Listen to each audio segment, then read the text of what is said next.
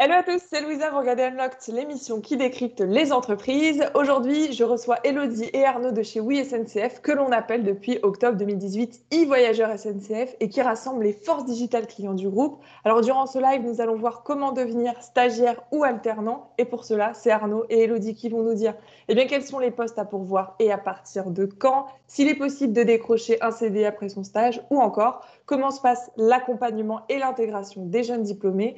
Mais avant cela, chez vous, sachez que si vous voulez retrouver davantage de contenu, vous pouvez vous abonner à notre page YouTube ou nous suivre sur notre Insta en tapant jobteaser_fr. Vous regardez Unlocked et on passe tout de suite au Pitch Me That. Bonjour Elodie, bonjour Arnaud. Bonjour. Bonjour Lisa, Comment ça va? ça va bien à distance.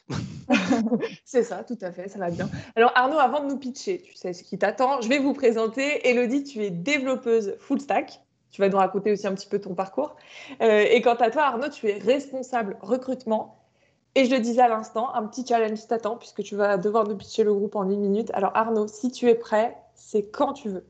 Ok, je suis prêt.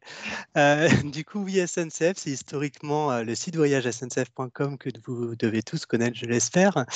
Donc, c'est un site qui a été créé par le groupe SNCF en 2000. Donc, oui, on appartient bien au groupe SNCF, mais on est une filiale privée, donc contrairement à SNCF qui est publique. Et on a été créé pourquoi? Pour accompagner SNCF dans la commercialisation digitale de leur offre et de leurs services. Comme tu le disais tout à l'heure, Louisa, on a évolué ces dernières années puisque maintenant on s'appelle e-voyageurs SNCF. Alors pour faire simple, parce que c'est un peu compliqué tout ça, e-voyageurs SNCF, c'est en gros notre marque Oui SNCF, notre deuxième marque commerciale, l'assistant SNCF, qu'on a lancé l'année dernière. Alors un petit mot sur l'assistant, c'est ni plus ni moins que l'application SNCF d'information voyageurs qu'on a rendu marchande il y a 1 an pour proposer des produits de mobilité du quotidien. Donc trottinette, vélo, Pass Navigo, etc. Et la troisième marque commerciale que nous avons aussi, c'est Rail Europe, un peu moins connue, qui est une marque plutôt internationale qui est chargée de vendre les produits, on va dire, ferroviaires européens, donc pas que du SNCF, à travers le monde, plutôt dans une approche B2B. Donc ces trois marques commerciales et évidemment nos équipes techniques forment aujourd'hui e-voyageurs SNCF. Et pour finir juste sur e-voyageurs SNCF, c'est hyper important. Aujourd'hui, on s'inscrit vraiment, notre positionnement, c'est vraiment d'être le leader de la distribution des mobilités de demain. Voilà. Merci beaucoup Arnaud.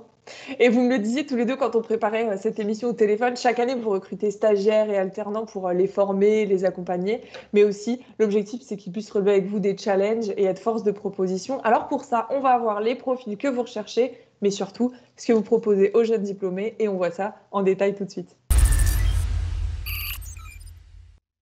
Alors première question, il existe une multitude de parcours possibles. Arnaud, est-ce que tu peux nous dire quel type de profil, de diplôme ou encore de formation est-ce que tu recherches? Alors, c'est vrai que majoritairement chez nous, on a plutôt des bac plus 4 et bac plus 5, tout type de formation, puisqu'on recherche vraiment des étudiants sur tous nos métiers. Après, je dis majoritairement des bac plus 4, plus 5, parce que c'est vrai qu'on forme souvent les étudiants pour un métier. Donc, on n'est pas dans une logique d'apprentissage de zéro.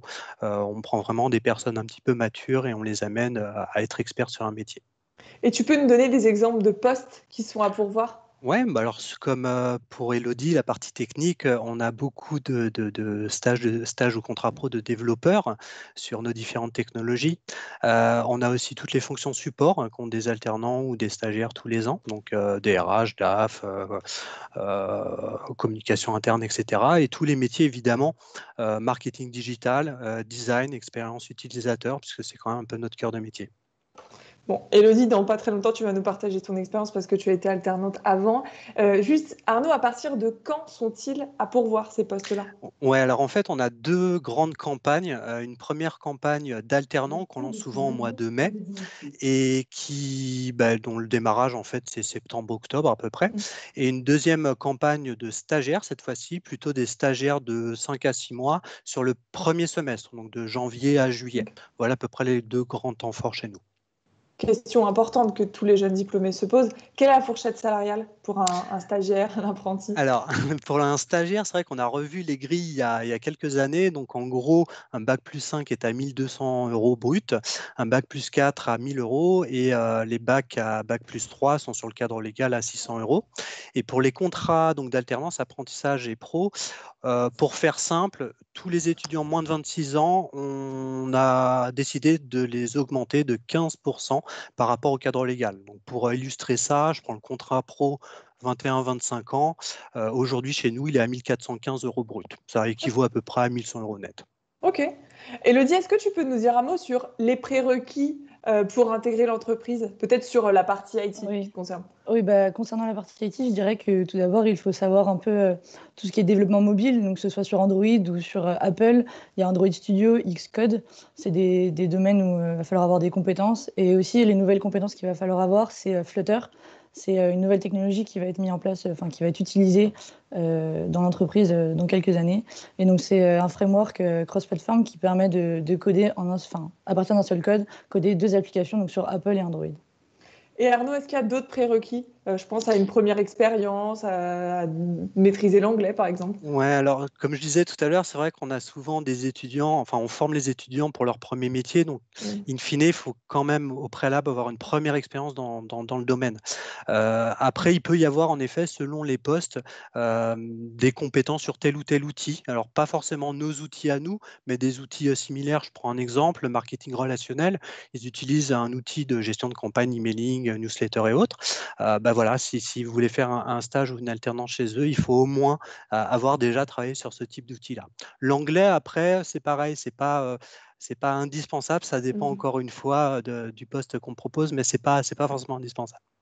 Elodie, est-ce que toi, tu peux nous parler du process d'embauche? En tout cas, comment s'est passé ton propre process d'embauche? Ouais. Moi, mon process d'embauche, il a été un peu spécial. Ça n'a pas été un cas général, on va dire. J'étais sur une autre entreprise avant pour avoir un contrat pro. Et en fait, l'entreprise a eu des difficultés financières et donc ils ont dû me dire non au dernier moment. Et donc la personne qui devait être mon maître de stage a décidé de faire jouer ses contacts personnels. Et donc je suis arrivée à avoir un entretien téléphonique de dernier moment un peu avec mon manager, ma maître de stage. Et donc, on a parlé de tout ce qui était mes connaissances et ce que je voulais vraiment faire pendant mon contrat pro, ce qui était pour moi la définition de mon contrat pro pendant l'année qui allait suivre. Ok. Et de façon générale, Arnaud, ça se passe comment? Alors, de manière générale, si vous voulez, il n'y a pas une seule manière de faire. On a souvent, on essaie de s'adapter entre guillemets par rapport au manager, au tuteur et au métier. Donc pour recruter, déjà, c'est souvent des annonces, c'est beaucoup de cooptation aussi, il faut le savoir. Et après, le process, il est assez classique, mais on l'adapte. On essaie de ne pas faire trop de tours. Donc, évidemment, une personne des RH doit intervenir, le tuteur doit intervenir et une personne de son équipe. On essaie de ne pas faire plus de 2-3 tours, un grand maximum. Et après, encore une fois, en fonction du poste, on peut proposer des études de cas ou des mises en situation, ce genre de choses. Donc, on essaie d'être assez agile sur la manière dont on recrute nos étudiants et même nos CDI d'ailleurs. Tu parles de CDI, je vais vous poser la question, mais on a déjà un petit peu la réponse grâce à Elodie. Mais est-ce possible de décrocher un CDI après son stage ou son alternance?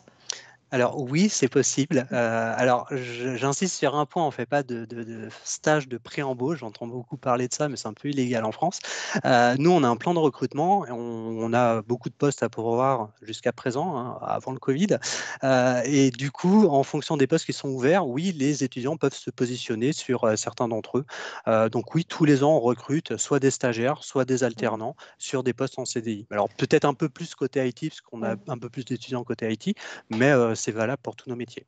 Et pour comprendre un peu plus ce que fait un alternant ou un stagiaire côté IT, justement, Elodie, est-ce que toi, tu peux nous parler de ton parcours et nous dire surtout les missions que tu t'es vu confier quand tu es arrivé? Oui, alors moi, j'ai une mission de contrat pro à propos du développement d'une application sur Monde Connecté, donc avec Wear OS, sur l'application TGV Pro. Et après, j'ai eu une mission de 2 mois, on va dire, une mission d'intégration dans ma nouvelle équipe pour être en CDI à partir de septembre. Et donc, une mission sur des nouvelles technologies et des nouvelles notions que je ne connaissais pas. Et arrivée en CDI, j'étais programmeuse dans une équipe sur l'application Oui SNCF. Et justement, quand tu es arrivé, comment s'est passée ton intégration? Est-ce qu'il y a eu différentes étapes? Comment tu l'as vécu? Ouais, mon intégration, au début, j'étais avec ma maître de stage, et donc déjà l'intégration au sein de l'équipe, parce que je connaissais personne, et une intégration aussi technique à travers tout le projet. Donc, elle m'a accompagnée pendant, je pense, une bonne semaine, voire un petit peu plus, sur toute la technique et tout ce que je connaissais pas. Donc, j'ai appris beaucoup de choses avant de commencer. Et Arnaud, l'intégration à distance, ça se passe comment? Alors, ça se passe relativement bien. Alors, c'est vrai que nous, on a toujours été habitués au télétravail, donc on part quand même Ok. déjà avec des points d'avance. Mm. Mais en gros, oui, ça se passe bien. On a mis en place des modules e-learning, par exemple, pour les managers, pour justement le management à distance et l'intégration à distance. Donc, on accompagne beaucoup nos collaborateurs sur le fait de travailler à distance et d'intégrer des personnes, notamment des étudiants à distance. Et il y a encore pas mal de choses qui sont prévues en la matière pour s'améliorer, parce qu'on sait qu'il y a évidemment toujours des choses à améliorer. Même moi, j'ai intégré mon CDI à distance, donc, et tout s'est bien passé. Donc, tu en es bien l'exemple. Et tout à l'heure, Elodie, tu parlais de ta maître de stage. Comment Oui. est-ce qu'elle t'a accompagnée? Comment ça s'est passé? Enfin, comment s'est passée votre relation? Comment se passe votre relation? C'était déjà un grand suivi, on va dire, même Ouais. avec le télétravail, le coronavirus. Un grand suivi, donc avant j'étais suivie une fois par semaine, et pendant le confinement, tous les jours, pour voir si j'avais pas des difficultés, voir si j'étais pas bloquée, même personnellement. Mhm. Et Ok. techniquement, on a même codé à distance toutes les deux ensemble. Donc, Ouais, donc un réel suivi au un quotidien. réel suivi, mais aussi une autonomie, parce que j'avais aussi une réelle autonomie sur la façon de choisir les visuels, déjà, Ok. la technique, comment je voulais coder, etc. Et Arnaud, il y a un suivi RH? Alors, il y a un suivi RH, oui, on a surtout mis en place la communauté des étudiants, donc ça s'appelle le village des étudiants.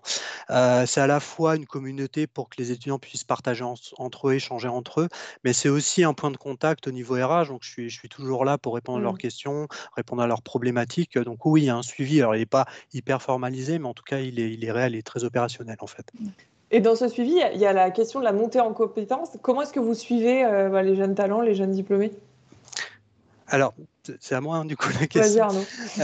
Comment on suit les talents? Justement, à travers la communauté, on a beaucoup de remontées sur est-ce que le tuteur fait bien son travail et justement accompagne bien l'étudiant.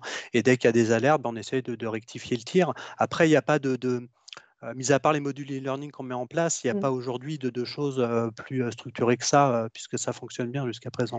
Et tu me disais, pour parler toujours de la montée en compétences, il y a des passerelles possibles, c'est-à-dire qu'on peut changer de projet en gardant le même métier. Il y a aussi la question de la mobilité interne. Comment ça se traduit? Alors, ouais, tout à fait. Alors, pour les étudiants, peut-être plus côté IT, mais quoi que ça peut être valable aussi sur d'autres métiers, on peut en effet switcher d'un projet à un autre. Alors, on peut switcher d'un projet à un autre et du coup découvrir de nouvelles choses et développer de nouvelles compétences. Et même de manière globale, sur 1 an ou 2 ans d'alternance, on essaye justement de faire évoluer progressivement l'étudiant Ok.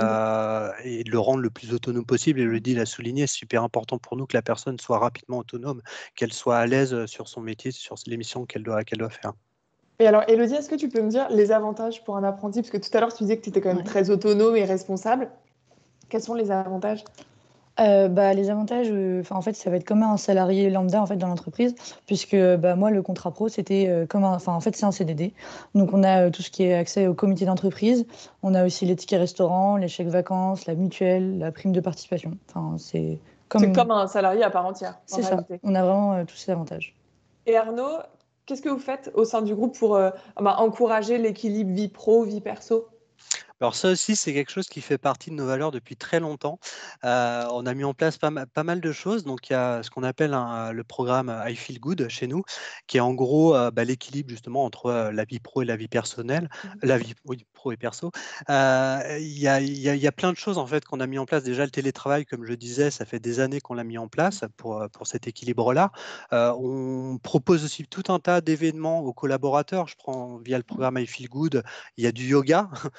Donc pendant les heures de travail, hein, il y a des massages. Alors en ce moment, c'est un peu plus compliqué. Mhm. Quoique le yoga, on a mis en place depuis 15 jours du yoga à distance, donc ça c'est génial.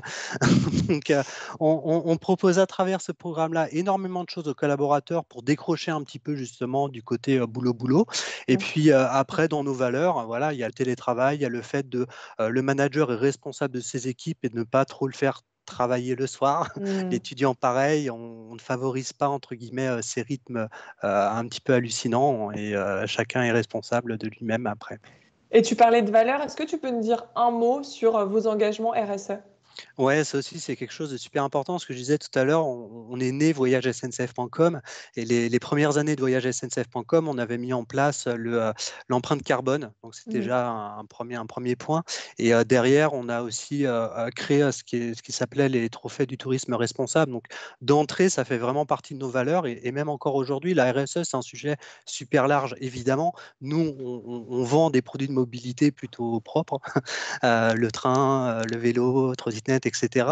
Et quand on parle de RSE, on parle aussi de discrimination. C'est des sujets qui sont super importants pour nous. Et d'ailleurs, SNCF, pour le coup, est pas mal en avance sur ces sujets-là. Donc, on s'est greffé à certains de leurs programmes, notamment pour l'équité homme-femme, mais pas que. Et même en interne, finalement, on regarde nos locaux. Nos locaux, on a pas mal sollicité des entreprises qui font appel à du personnel handicapé, par exemple, pour tout un tas de choses.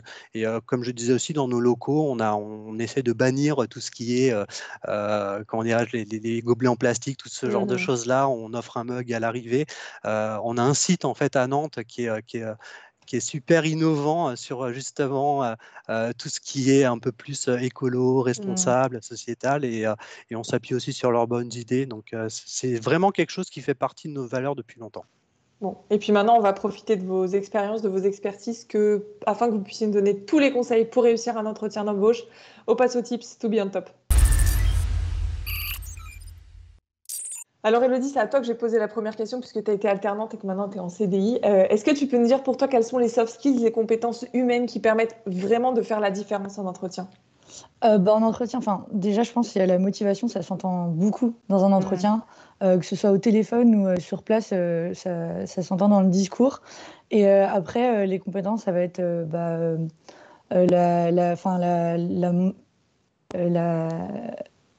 motivation, la l'implication. motivation, ouais, c'est ça, l'implication. Et puis, être force de proposition, d'initiative. Tu as remarqué que c'était vraiment important? En tout cas, moi, dans ma mission, j'ai été, Ouais. en fait, j'ai fait mes propositions au métier sur toute la technique et le design. Donc, j'étais vraiment force de proposition là-dessus, même s'il y avait un contrôle de même de stage derrière, évidemment. Et est-ce que tu peux nous dire comment est-ce que tu t'es préparée à l'entretien, qui était téléphonique puisque tu étais en cette téléphonique. position-là? Comment tu as préparé ça? Alors moi déjà, je prépare toutes les questions, que ce soit côté technique ou ressources, RH. Je prépare tout à l'écrit et après, je vais avoir tous les documents utiles, donc CV ou autres documents devant les yeux pendant l'entretien. Okay. Et j'ai tendance à préparer la question basique, parlez-moi de vous, du début d'un entretien. Je vais beaucoup la préparer pour être d'attaque sur le début d'entretien, quoi. Arnaud, comment bien se préparer à l'entretien? Alors, c'est une question compliquée parce que ça dépend de la personne. Elodie, en effet, elle est super structurée, c'est génial parce que voilà. Ça dépend de chacun. Ça dépend de chacun, mais c'est important parce que tu as mis en avant un point essentiel, la motivation. C'est vrai que la motivation, j'ai envie de dire, elle se ressent même dans le CV, l'aide de motivation, enfin dans le premier contact, avant même le téléphone. La motivation, c'est super important. Le fait aussi de connaître un minimum l'entreprise, s'être renseigné. Alors, on peut dire des bêtises, mais en tout cas, montrer qu'on s'est renseigné sur l'entreprise et les produits, ça me semble important et c'est de moins en moins systématique, j'ai envie de dire. Et un truc important, c'est en effet rester soi-même, ne pas en faire de trop. Si on n'est pas fait pour le poste, pour l'équipe, tant pis, on aura d'autres, je l'espère. Donc ça, vraiment être soi-même, c'est quelque chose de super important. Et le petit plus, je dirais, c'est pareil, tout le monde ne le fait pas, c'est montrer sa curiosité. Sa curiosité, c'est pas en effet s'arrêter à un truc qu'on demande, c'est aller un peu plus loin, montrer qu'on est investi, curieux et qu'on va au-delà de ce qu'on nous demande. Et Elodie l'a parfaitement illustré en disant je suis force de proposition, donc elle a été au-delà de ce qu'on lui demandait pour proposer des choses. Et ça, c'est en entretien, c'est des choses qu'on identifie rapidement et le manager est super attentif là-dessus, quoi. Et ça passe aussi par le fait de poser et de préparer des questions lors de l'entretien? Oui, enfin, c'est toujours mieux. Encore une fois, ça dépend des personnes. Il y a des personnes qui, en mode free, s'en sortent super bien. D'autres ont besoin de structurer. Mais ce qu'il faut avoir en tête, c'est sa ligne conductrice. C'est en effet ces questions type, en tout cas ces réponses type, pourquoi pas. Mais à partir du moment où on l'a préparé un minimum en amont, on s'est renseigné sur la boîte, on sait qui on est. Voilà, on reste naturel et on délivre les choses telles quelles et ça se passe super bien. On va aborder des questions pratiques. Comment est-ce qu'on s'habille pour passer un entretien d'embauche? Parce que maintenant, c'est de la visio surtout. Alors, comment est-ce qu'il faut s'habiller? Ben voilà, en vidéo, on fait comme on veut, hein. Non, non, mais on n'est pas dans l'image costume, cravate, etc. Je le redis, on est une boîte, on a été créé en 2000 en mode start-up, on est une boîte du web, donc on est plutôt décontracté, si je puis dire. Ouais. Voilà, faut un minimum, évidemment, mais on ne va pas demander d'avoir tel ou tel type de tenue, quoi. Et encore moins, en effet, par vidéo, quoi.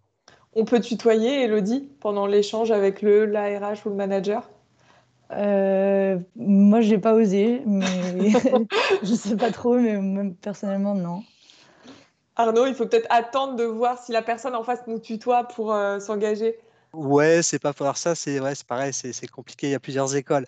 Moi, RH, je vous vois parce que ça permet de garder un certain rapport candidat-recruteur. Maintenant, ce que je constate, c'est souvent les managers et tuteurs tutoient assez facilement. C'est encore aussi en rapport avec notre entreprise et qui on est, boîte du web, etc. Donc, on est plutôt dans le tutoiement, sauf peut-être pour la partie RH, quoi. Il y a des choses qui changent vraiment avec la visio. Elodie, toi, par exemple, tu as trouvé qu'il y avait une réelle différence entre un entretien qu'on peut passer en physique et un entretien visio. Il y a des choses sur lesquelles il faut être plus attentif.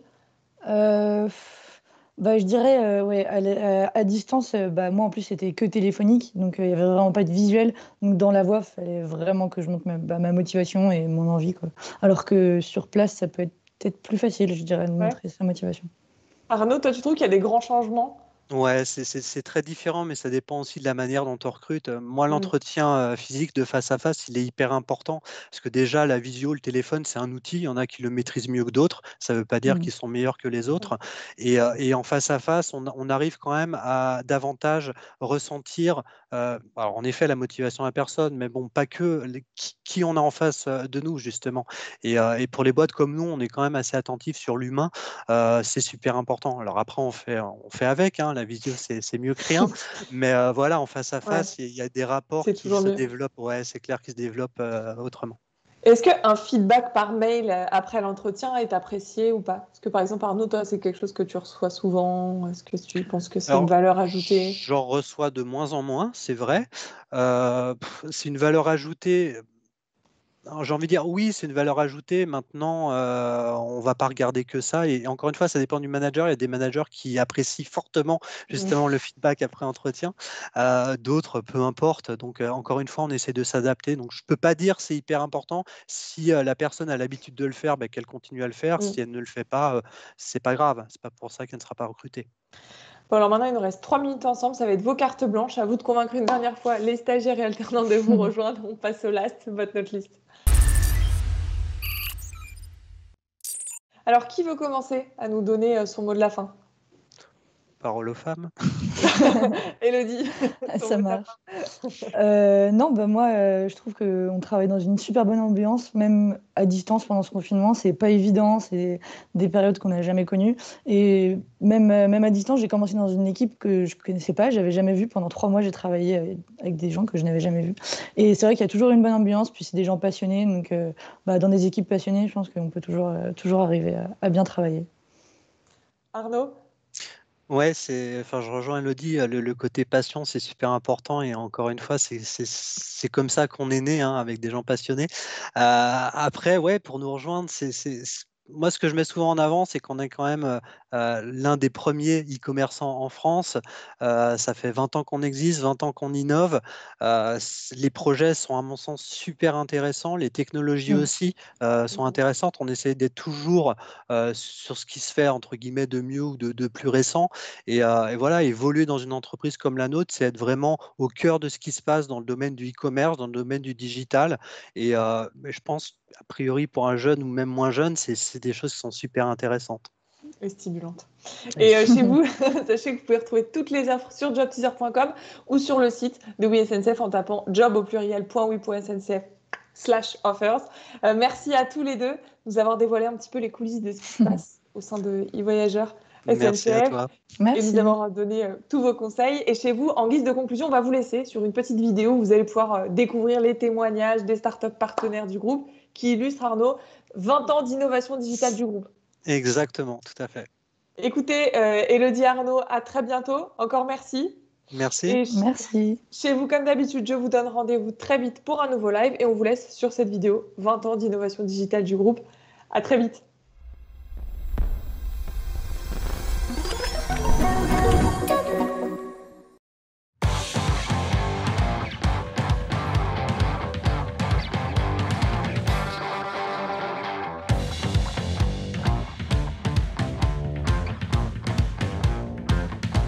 Pour moi, c'est Internet qui a rendu possible beaucoup de projets grâce à son aspect communautaire notamment.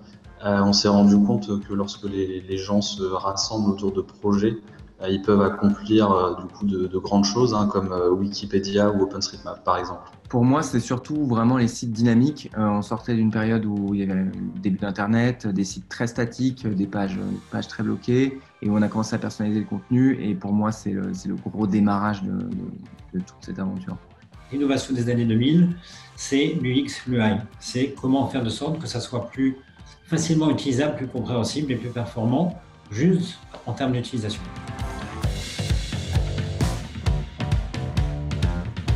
Et l'innovation aujourd'hui, et depuis quelques années, c'est de connecter proprement la donnée, de savoir l'interpréter, l'utiliser et donner un rendu le plus rapidement possible à l'utilisateur. Et donc, c'est de l'algorithmie, c'est des data science et l'intelligence artificielle. Aujourd'hui, pour moi, c'est plutôt l'IA. L'IA, pas au sens du marketing, mais vraiment tout ce qui va permettre, de façon relativement invisible, de résoudre des problèmes de façon élégante, comme la reconnaissance d'images, la reconnaissance de formes, etc. Toutes ces algos-là qui changent beaucoup de problèmes. En un mot, c'est la donnée, à la fois le big data, donc la collecte de beaucoup d'informations, et l'intelligence derrière cette donnée, donc avec la data science. Peut-être que le clavier va être moins utilisé au profit de la voix pour donner des instructions aux machines. Les machines vont nous proposer des options, des choix, parmi lesquels on aura la possibilité d'appuyer sur option 1, option 2, option 3. Donc je pense que ça sera une nouvelle révolution d'innovation autour des interfaces voix et questions à choix multiples basées sur l'expérience passée. Ça sera toujours autour de la donnée, mais plus en termes d'interopérabilité, notamment des services et d'échange de données entre ces services. Donc il y a des grosses questions, notamment de gouvernance de la donnée. Pour moi, c'est vraiment les wearables, c'est tout ce qu'on peut porter sur soi qui va amener de l'intelligence et qui va permettre de prendre des décisions plus rapidement sans avoir à sortir son téléphone portable, par exemple. Si je prends un exemple, c'est toute la partie, par exemple, assistant transport et faire du porte-à-porte, être capable de savoir qu'il faut prendre tel bus pour arriver à Saint-Lazare, prendre le train, etc. Donc pour moi, c'est ça la prochaine frontière innovante.